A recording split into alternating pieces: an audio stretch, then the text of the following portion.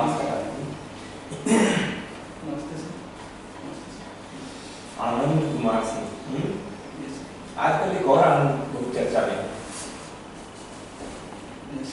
कौन से आनंद? सर आनंद से सुपर सेक्रेटरी वाले आनंद कुमार ना, जिस वजह से बहुत सारे अवार्ड और वो उनको इन्वाइट किया जाता है ना।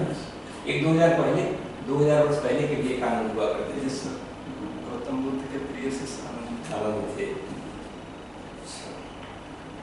आपने एमए किस विषय में किया था? सर एमए किया है सोशियोलॉजी में। सोशियोलॉजी को भी आपने यहाँ पे रखा है ना? ग्रेजुएशन से पॉलिटिकल साइंस।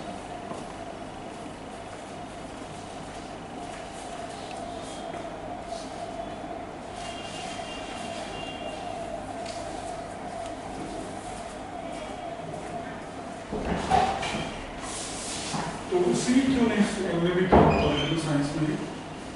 सर आपने? सर मैंने इधर सिविल सर्विस की तैयारी करना शुरू कर दी थी ग्रेजुएशन के बाद, और फिर मैंने यहाँ सर ऑप्शनल सोशियोलॉजी रख दिया था। तो फिर इसी को इसके पीछे क्या था? सोशियोलॉजी सर इसलिए रखा कि सर यहाँ पे मुझे ये ऑप्शनल के साथ साथ सर मेरे जो जीएस सेक्शन है वहाँ पे भी मेरे लिए सर ये बेनिफिशियल दिख रहा था। और इसकी सर प्रिपरेशन के लिए सर मैं जहाँ से लोकली जहाँ से तैयारी कर रहा था वहाँ पे सर मटेरियल और गाइडेंस भी प्रॉपर अवेलेबल थे। कहाँ से तैयारी कर रहे थे? सर मैं तैयारी कर रहा था सर मतलब अपने होम डिस्ट्रिक्ट से कर रहा था। ऐसे मैंने लास्ट में सर पिछले 1-1.5 साल से मैं दिल्ली में कर रहा था।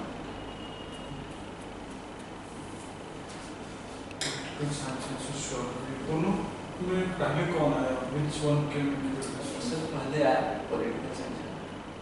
Political science. Sure. ये सब मेरे जानकारी के हिसाब से सोशियोलॉजी में ऑगस्ट कॉम्टे का नाम जानते हैं? उसने एक थ्योरी दी थी हायरार्की ऑफ नॉलेज। उसके अकॉर्डिंग कौन सा नॉलेज कब आया पहले? यस सर मैं बता सकता हूँ। बताइए। सर सबसे पहले सर मैथ्स आया, उसके नीचे सर एस्ट्रोलॉजी आया, उसके ऊपर सर फिजिक्स आता है, उसके ऊपर केमिस्ट्री आती है, उसके बाद सर बायोलॉजी आती है, उसके बाद सर ये सोशल सब्जेक्ट आना शुरू हो जाते हैं वहाँ से। और यहाँ पे सर पॉलिटिकल साइंस आता है। सबसे ऊपर उन्होंने सर सोशलॉजी को रखा है और उससे उन्होंने नहीं तो सोशियोलॉजी और पॉलिटिकल साइंस में कौन पहले गया? सर इसके सर अगस्त कॉम्टे था, हम नहीं बोलते हैं सर। अगस्त कॉम्टे में क्या होगा? सर उन्होंने ये बोला कि सर मतलब जो भी बाद वाला सब्जेक्ट होता है सर वो पीछे वाले सब्जेक्ट पे डिपेंडेंट होता है, डिपेंडेंसी थ्योरी है। वो एक्सप्लेनेशन मिल दीजिए, उसने क्या कहा? सोशियोलॉजी पहले बोला या पॉलिटिकल साइंस पहले बोला? सर उन्होंने सोशियोलॉजी को सबसे ऊपर रखा है सर, सबसे लेट वाला सब्जेक्ट होता है कि सबसे लेट में इसका ओरिजिन होता है। पॉलिटिकल साइंस तो उसके टाइम में था ही नहीं। Sociology was the end, political science तो बहुत बाद में आया। बायोलॉजी के बाद sociology. Biology is based on that ecosystem and then social system, sociology. Political science तो उसके टाइम में था नहीं। Sir it is the development of 20th century, political science. हो सकता है sir, thank you sir. Common क्या है दोनों में? सर दोनों से समाज के बारे में बात करते हैं। पॉलिटिकल साइंस भी हमारे सामाजिक व्यवस्था के एक विशेष पहलू को सर बताता है, राजनीतिक व्यवस्था के बारे में।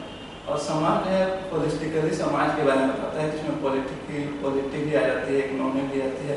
उसके सारे जो आयाम हैं उसके विशेषकर उनके सामाजिक पहलुओं को ये सब छेड़ता है अपना सोशियोलॉजी। और पॉलिटी जो है समाज के पॉलिटिकल चार्ल्स मरियन कौन था? Charles Marion sir Chicago school of sociology का। ऑगस्ट कॉम्टे को सोशियोलॉजी का फादर क्यों बोले? सर उन्होंने सोशियोलॉजी को सर सोशियोलॉजी पहले सर ये इसको साइकोलॉजी के साथ हर बार जोड़ के देखा जा रहा था, तो उन्होंने सोशियोलॉजी को साइकोलॉजी से बाहर निकाला और इसको सर एक वैज्ञानिक तरीके से अध्ययन का एक आयाम दिया और वहीं से इसका अवतीर्ण होना शुरू होता है, जिसको आगे दुर्खिम आगे विशेष प्रयास करती है। अगर किसने कहा सोशियोलॉजी सोशल फिजिक्स? हाँ ये सब दुर्खिम, सॉरी सर, ये अगस्त कॉम्टे ने कहा था। उन्होंने इस पे एक नोट भी लिखा था सोशल फिजिक्स पे, और फिर इसी को सर उन्होंने आगे आके पॉजिटिविज्म क्या है? पॉजिटिविज्म सर यही है कि अगस्त कॉम्टे कहते हैं कि जो समाज में जो भी घटना होती है उसको हमें वैज्ञानिक तरीके से अध्ययन करना चाहिए, उसका कॉज और इफेक्ट देखना चाहिए, उसका जो विज्ञान में जिस तरह से सर जिसमें उसमें होता है कि हम सर्वे करते हैं, इस तरह की चीज़ों को लगाते तो हैं। पॉलिटिकल साइंस पॉजिटिव साइंस है? सर हाँ वो भी है सर। कैसे? सर वहाँ भी जो भी होती है सर, जो भी वहाँ भी अध्ययन होता है वहाँ भी Is sir it possible to study human behavior scientifically? Sir इस पे अगस्त कॉम्टे कहते हैं कि जो भी अगर हम किसी भी घटना का कॉज और इफेक्ट के आधार पे या फिर सर्वे के आधार पे वैज्ञानिक तरीके से बिना बायस होकर अगर अध्ययन करते हैं तो पॉजिटिविज्म के दायरे में आता है। ये रिसेंटली न्यूज़ में ये यूएपीए पे के ऊपर बहुत ज़्यादा डिबेट है, किस इशू से हो रहा है, क्यों हो रहा है, क्या हो गया है? सर अभी सर सेडिशन का मामला चल रहा है, तो सेडिशन के लिए सर सेडिशन के क्या मामला चल रहा है? सर इसको रिवील करने के लिए सर इस पे जो ये है डाला गया है सुप्रीम कोर्ट में, और उसने सुप्रीम कोर्ट ने इस पे सरकार से उसका पक्ष मांगा है कि इसको क्यों कंटिन्यू तो सेडिशन लॉ के बारे में हुआ, तो यूएपीए के बारे में क्या? सर यूएपीए सर इसी का एक मेरे समझ से सर ये विकल्प है कि अगर सेडिशन को हम हटाते हैं तो यूएपीए इसका जगह भर सकता है, तो इसी के कारण वो भी चर्चा में आया है। ऐसा है? यूएपीए लॉ किस लिए है बेसिकली? सर समाज में जो भी एंटी सोशल एंटी सोशल और टेररिस्ट में अंतर होता है। एंटी सोशल आदमी कौन हुआ और टेररिस्ट कौन हुआ? सर एंटी सोशल के लिए तो यूएपीए नहीं है, यूएपीए किसके लिए है? टेररिस्ट के लिए। तो यूएपीए के ऊपर क्यों डिबेट? आपने एक और एक्ट का नाम सुना है, मकोका? यस बिहार में भी उससे एक सिमिलर एक्ट है क्या? सर बिहार में मेरे जानकारी में तो नहीं है। बिहार में नहीं है, बिहार क्राइम कंट्रोल है। सर मैंने नहीं सुना था, मतलब मैं कुछ यूपी में है, यूपी में गुज कोका है। हाँ कुछ कोका सुना था। यूपी में उसको बोलते हैं गुंडा है, बोलते हैं। नहीं सुना आपने? तो ये सारे एक्ट के बारे में क्यों डिबेट चल रहा है?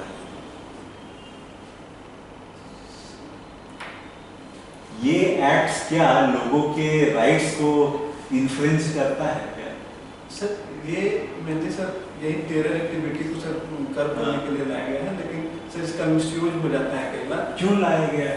टेरर एक्टिविटी को कर्ब करने के लिए, उसमें मतलब प्रोसिक्यूट जब किया जाए उसके लिए लाया गया है बेसिकली। तो क्या फायदा देता है सर क्या फायदा? ये सर जो एजेंसियां हैं उनको सर कुछ अतिरिक्त पावर देता है कि वो ज़्यादा आज़ादी से सर इन्वेस्टिगेट कर सकते हैं, या फिर जो भी सस्पेक्टेड पर्सन या जो भी ऑर्गेनाइजेशन होगा उसको सर ये मतलब उस पर अपना ज़्यादा एग्रेसिव होके सर ठीक है। आपको यानी कि आपने ये पढ़ा नहीं। एक चीज और बताइए कि न्यूज़ में हमेशा कैबिनेट आता है, ये कैबिनेट बेसिकली है क्या? कहाँ पे दिया हुआ है कॉन्स्टिट्यूशन में कैबिनेट के बारे में? सर कॉन्स्टिट्यूशन में आर्टिकल 356 में कैबिनेट सब का उल्लेख हुआ है। बाकी सर सोच के बोलिए। 352 में सर 352 में राष्ट्रीय आपातकाल के संदर्भ में सर, और ये बाकी जगह सर मंत्रिपरिषद सबका उल्लेख हुआ है यहाँ पे। अच्छा, तो कैबिनेट फॉर्म ऑफ गवर्नमेंट बोलना चाहिए या council of minister form of government बोलना, मिनिस्टीरियल गवर्नमेंट बोलना चाहिए, क्या बोलना चाहिए? सर बोलना चाहिए सर काउंसिल ऑफ मिनिस्टर, लेकिन अब तो हो गया है ये कैबिनेट फॉर्म, तो आपको नहीं लगता है कि ये एक एक्स्ट्रा कॉन्स्टिट्यूशनल हो चुका है? सर ऐसा है कि सर शायद ये ज़्यादा मीडिया इंडिया में हाईएस्ट डिसीजन मेकिंग बॉडी कौन सी है? वो सर कैबिनेट। और कैबिनेट अनकॉन्स्टिट्यूशनल है। सर अनकॉन्स्टिट्यूशनल नहीं कर सकते हैं, जो कि अभी उल्लेख तो क्या बोले सर ये मतलब क्विक डिसीजन मेकिंग बॉडी है, मंत्री परिषद की एक इकाई है जो क्विक डिसीजन ले सकती है। 352 में यूज हुआ ना? हाँ सर। कम ओरिजिनली था या बाद में? नहीं सर, ओरिजिनली नहीं था, ये आता है सर 42वें संविधान संशोधन के बाद। या इसमें से दूसरे सोच को सॉरी सर, 44वें संविधान संशोधन, 42वें संविधान 44वें संविधान। क्यों ऐड किया? सर चूंकि जो 75 में सर जो आपात का लगा था उसको लेके काफ़ी कंसर्न दिया गया था, तो अभी आगे जो जनता पार्टी की सरकार आई तो उसने 44वें संविधान संशोधन 1978 के द्वारा सर ये कैबिनेट सब को सर वहाँ डाला गया। हाँ सर, वो इसलिए लाया गया था कि अगर कोई भी अगर इस तरह का अगर राष्ट्रीय आपदा की घोषणा करनी होगी तो कोई व्यक्ति विशेष नहीं कर सकता, उसको कैबिनेट की अप्रूवल से ही किया जाएगा।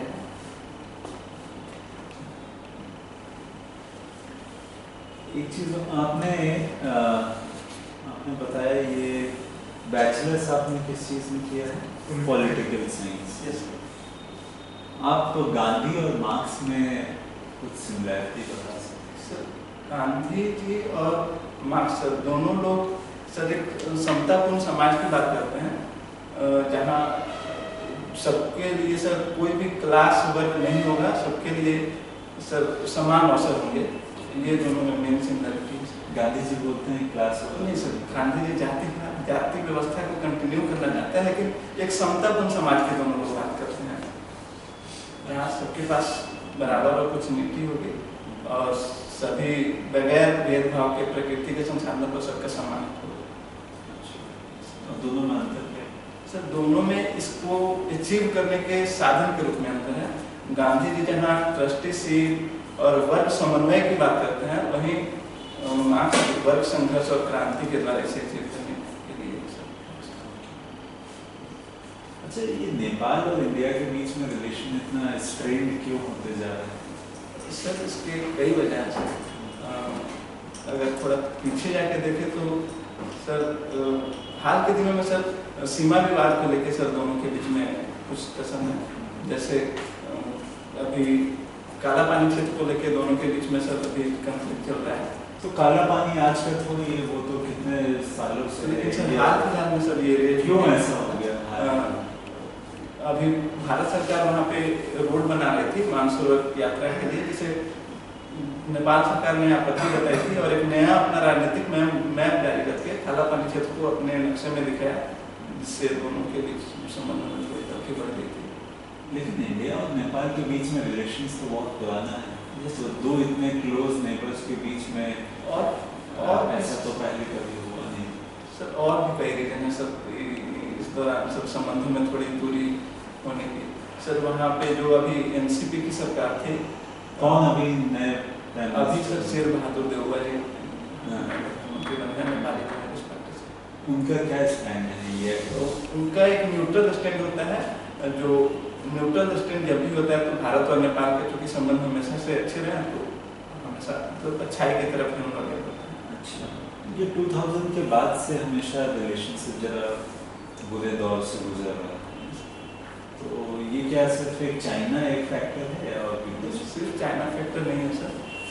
इसमें सर कुछ हमारे बीच सर एक आया था सर पीछे में मधेसी, वहाँ पे संविधान जो नया संविधान बना था उसमें मधेसी लोगों की इच्छाओं उनकी आकांक्षाओं का सर सम्मान नहीं किया गया था, तो उस दौरान भी सब संबंध में थोड़ी सी गिरावट आई थी। तो इंडिया को क्या इशू है? इंडिया तो फॉलो करता है एक non interventionist policy.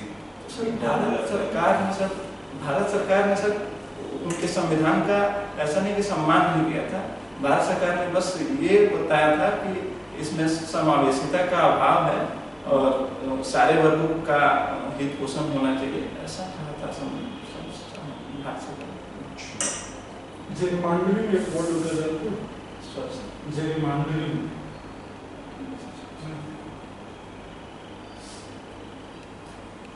Election commissioner of India कौन? Chief election commissioner Sunil Arora sir, Shri Sunil Arora. और ये बताइए कि डीलिमिटेशन क्या होता है? डीलिमिटेशन सर किसी भी सर चुनाव निर्वाचन कराने के लिए सर निर्वाचन क्षेत्रों का निर्धारण जरूरी होता है, तो डिलिमिटेशन के द्वारा सर निर्वाचन क्षेत्रों का तो कौन करता है? निर्वाचन आयोग तो निर्वाचन आयोग निर्वाचन आयोग खुद ही करता है या सर एक कमेटी के माध्यम से सर ये काम किया जाता है। क्या नाम होता है कमेटी का? निर्वाचन परिसीमन आयोग से कमीशन है, डिलिमिटेशन कमीशन। अच्छा, तो ये कमीशन कॉन्स्टिट्यूशनल है या फिर कोई एक्ट से बना हुआ है? सर कॉन्स्टिट्यूशन में सर इसका उल्लेख नहीं है। नहीं। मतलब परिसीमन आयोग शब्द का उल्लेख नहीं है, लेकिन सर मेरे डिलिमिटेशन का है। परिसीमन शब्द सर मेरी जानकारी में शायद sir article 82 article 82। there shall be delimitation after its census. अच्छा, ये बताइए कि जो डिलिमिटेशन कमीशन जो भी रिकमेंडेशन देगा वो बाइंडिंग है? सर ये बाइंडिंग होती है सर। बाइंडिंग है, यस मतलब पार्लियामेंट उसको डिनाई नहीं कर सकता, मानना ही पड़ेगा उसको। ठीक ठीक है, ठीक। Okay, thank you. ठीक है।